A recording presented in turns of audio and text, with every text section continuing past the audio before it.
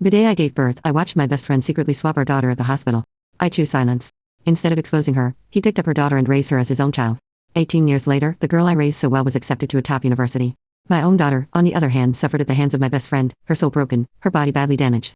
On the very day my daughter was admitted to school, my best friend showed up at my door with her abused daughter, a DNA report in hand. She looked at me sharply with a confident smile. The hospital gave us the wrong baby. Now, it's time to get things straight. Her words struck me like a bolt of lightning.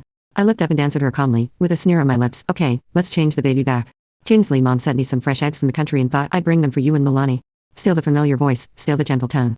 When I opened the door, she was still wearing her elegant dress, holding her basket in her hand and smiling as if she had just come to visit a friend.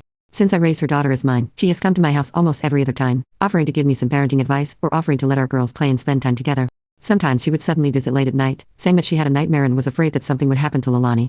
My husband Carter Jones always resented her frequent visits and joked that it was like she was clocking in. She even rented an apartment near my house for convenience, saying that best friends should live close together and support each other. But I know what her real motive is. She wanted to be close to her own daughter, Leilani, to watch her every move. I never exposed her, nor let her know that I had read her mind. As usual, I opened the door. She stood in the doorway with a graceful temperament and a proper smile, and the eggs in her basket didn't seem to be anything unusual. And behind her stood my own daughter, thin, pale, haggard, with scars visible all over her body, like an orphan who had lost hope. Her name is Ella. When she entered the house, she put the basket down without hesitation and walked straight to Leilani. Leilani, it's your birthday tomorrow. What do you want as a present? Your godmother will make you happy. Her voice was full of tenderness, as if Leilani were her own child.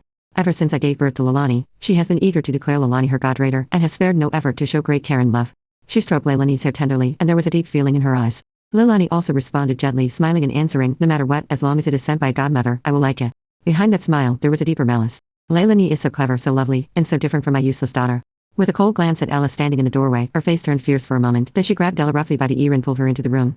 Get in here, you useless piece of shit. What are you standing there for like a guard dog? Her anger exploded. Just looking at you makes me angry.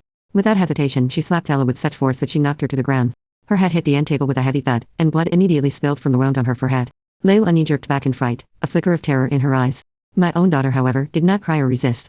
She quickly rose to her feet on the ground, impassively wiping the blood from her face. Her familiar silence and patience were on display once again.